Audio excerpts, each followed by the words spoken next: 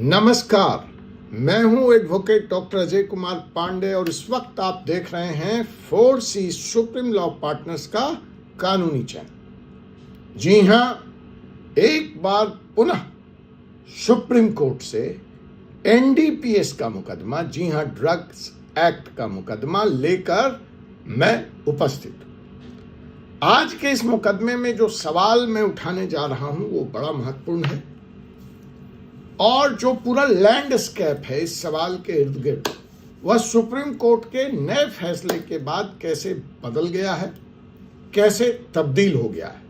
जी हां, मैं बात कर रहा हूं ड्रग्स केस में, एनडीपीएस केस में फंसे हुए ऐसे लोगों की जो जेल में हैं। आरोप झूठा है या सच्चा, यह तो ट्रायल के बाद तय होगा। एनडीपीएस एक्ट के सेक्शन 67 का हवाला देकर कोर्ट उन्हें बेल देने को राजी नहीं। उस तरफ ट्रायल है कि खत्म होने का नाम नहीं ले रहा है। आपको याद होगा कलकत्ता हाई कोर्ट का अभी इसी महीने आया हुआ फैसला, जहां एनडीपीएस एक्ट में, जिसमें अधिकतम सजा 10 साल की है, 14 साल से ट्रायल ही नहीं हुआ था और कलकत्ता हाई कोर्ट ने उस पूरे मुकदमे को खारिज कर दी। तो जनाब, ये स्थिति एक मुकदमे की नहीं है, कमोबेश यही स्थिति देश में इस वक्त एनडीपीएस एक्ट के तहत हो रही कार्रवाई की है। सच्चाई, तल्ख सच्चाई, कड़वी सच्चाई तो यही है। लेकिन मेरा सवाल आज इस पे नहीं, मेरा सवाल कुछ और है और वो सवाल है आर्टिकल 21 का और आर्टिकल 14 का। मैं उसकी तकनीकी बारीकियों में इस चैनल में नहीं जाऊंगा। यह आमजनों का चैनल है, आपका चैनल है, इसलिए आपकी भाषा में बात करूंगा। तो सवाल आज आर्टिकल 21 का यहां पे है, वह आपके बेल के राइट को लेके भी नहीं है, वह आपके ट्रायल के राइट को भी लेके नहीं है। ये तो मानी हुई फैक्ट है, सरकार ने संसद में स्वीकारा है। मैं बात करूंगा, मैं डाटा भी दूंगा कि मुकदमे में बेल नहीं और ट्रायल है कि खत्म होने का नाम नहीं ले रहा है। अब इसमें जो तीसरी बड़ी बीमारी है और तीसरी बड़ी जो समस्या है कि पूरा परिवार खत्म हो जा रहा है। अपराध किसी एक ने किया, बाकी लोग परिवार के नामजद भी नहीं हैं, उनको भी सजा होने से पहले सजा के दौर से गुजरना पड़ रहा है। या कहां का न्याय। और मैं बिल्कुल बात कर रहा हूं, आप ठीक समझ रहे हैं, स्पष्ट कि जैसे ही एनडीपीएस केस का मुकदमा किसी परिवार पर, किसी परिवार के सदस्य पर कायम हुआ, साथ ही सीजर की कार्रवाई हुई, जब्ती की कार्रवाई हुई। आपको ड्रग्स मिला, आपने सीज कर लिया, आई अंडरस्टैंड। आप जिस गाड़ियों में वो ड्रग्स जा रहा था उसको भी सीज कर लिया, आई अंडरस्टैंड। लेकिन जनाब, आपने बैंक अकाउंट फ्रीज कर दिया, आपने कैश जब्त कर लिया ऑन द स्पॉट। अब वो पैसा घर का था कि उस व्यक्ति का था। बैंक अकाउंट भी रिलेटेड, बिजनेस के अकाउंट्स, दूसरे मेरे बिजनेस थे, उसको भी आपने सीज कर दिया, ये कह के कि ड्रग का मनी है, ये हवाला रैकेट है। आपने मेरी प्रॉपर्टी भी फ्रीज कर दी, इमूवेबल प्रॉपर्टीज फ्रीज कर दी। गाड़ियां जो ड्रग के व्यवसाय में इस्तेमाल नहीं हुई थी, वो मेरे दूसरे बिजनेस की एसेट्स थी या मेरे अपनी पर्सनल इस्तेमाल की गाड़ियां थी जिसमें मेरे बीवी और बच्चे चलते थे, आपने उसको भी फ्रीज कर लिया। तो सवाल यह है कि अगर ऐसा कुछ हो रहा है, तो मैं बिल्कुल जानता हूं आप कहेंगे हो रहा है, शिद्दत से हो रहा है, खुलेआम हो रहा है। तो आज जो सवाल है, जो मौजू है, जो विषय है, जो लेकर मैं आपके बीच में बात करने वाला आया हूं कि सुप्रीम कोर्ट ने आपको थमा दिए हैं दो जबरदस्त हथियार, एनसीबी और पुलिस की इस मनमर्जी से लड़ने के लिए। दो जबरदस्त, बहुत धारदार हथियार आए हैं सुप्रीम कोर्ट से। तो जाइए, जानते हैं आज के इस एपिसोड में कि आपका पैसा जो सीज हुआ है, जो फ्रीज है, वह आपको कैसे वापस मिल सकता है। वह सीजर कैसे गैर कानूनी, वह सीजर, वह जब्ती कैसे कानून के अनुरूप नहीं। मैं माना एनडीपीएस एक्ट एक स्पेशल एक्ट, मैं आज फिर बारीकियों में नहीं जा रहा कि फिर ठीक है सुपुर्दारी और वो फिर सीआरपीसी और बीएनएस वो छोड़ दीजिए, आप कहेंगे वो दूसरे मामले, या आई एग्री, मैं छोड़ देता हूं। मैं सीधे सीधे एनडीपीएस एक्ट में ये जो आपने सीजर किया है मेरे कैश का, मेरे बैंक अकाउंट्स का, मेरे इमूवेबल प्रॉपर्टीज का, मेरी गाड़ियों का, मैं इस सवाल पर और शिद्दत से हूं और पूरे दावे के साथ सुप्रीम कोर्ट के आए हुए इस 2 नए हथियार, इस 2 फैसलों के बैकग्राउंड में पूरी जिम्मेवारी के साथ कह सकता हूं कि ना तो ये इस एक्ट का इंटेंट है, ना ये इस एक्ट में प्रोवाइडेड है। अतः जो भी पुलिस वाले, एनसीबी के अधिकारी ऐसा कर रहे हैं वह निसंदेह गैर कानूनी है, और अगर इसको अदालत में चुनौती दी जाएगी तो आपको आपका पैसा जरूर वापस मिलेगा। तो जनाब, स्थिति कुछ ऐसे होती है कि रात के अंधेरे में, दिन के उजाले में, अहले सुबह घर में पुलिस या एनसीबी के अधिकारी घुसते हैं और उनके घुसते ही आपके बैंक अकाउंट पे ताला लग जाता है, घर में रखा कैश उठा लिया जाता है, मोबाइल, लैपटॉप, गाड़ियां सब जब्त, और आरोप एनडीपीएस यानी ड्रग का केस आपके ऊपर चस्पा। अब ट्रायल तो कब न जाने शुरू होगा, साल, 2 साल, 5 साल, अभी देखा आपने 14 साल कलकत्ता का जो मामला था। और इस पूरे वक्त जब तक कि ट्रायल पूरा नहीं होगा आपका पैसा जब्त है, आपकी संपत्ति जब्त है, और इधर आप जेल में। कैसे अपने को बेगुनाह साबित करें, कहां से लाएं लीगल एक्सपेंस, कैसे परिवार को जिंदा रखें।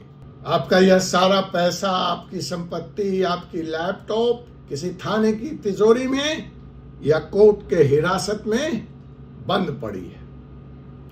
परिवार के बच्चे स्कूल नहीं जा पा रहे हैं क्योंकि फीस देने का पैसा नहीं है। बीवी का इलाज संभव नहीं है क्योंकि कारोबार बंद हो चुका है, तबाह हो चुका है, पूरी तरह से ठप कर दिया गया है। और सबसे बड़ी बात, ध्यान से मेरी बात सुनिए, 2019 से लेकर 2023 तक का जो डाटा मेरे पास उपलब्ध हो पाया है वह जानकर आपके रोंगटे खड़े हो जाए। वह सच्चाई एनडीपीएस एक्ट में 2019 से 2023 या 5 साल में जितने भी लोग गिरफ्तार हुए, जिनका भी बैंक अकाउंट संपत्ति फ्रीज किए गई, आप यकीन नहीं करेंगे, उनमें से 99.9%, नोट कर लीजिए, 99.9% लोग बेकसूर साबित हुए। अर्थात कन्विक्शन रेट 0.1 से भी कम है। मतलब 0.1% लोगों पर भी पुलिस और एनसीबी के अधिकारी दोष साबित नहीं कर पाए ट्रायल में, और संपत्ति अभी भी जब्त है। मैं निर्दोष करार दे दिया गया, लेकिन मेरा मकान दोषी है, मेरी कार दोषी है, मेरा बैंक अकाउंट दोषी है,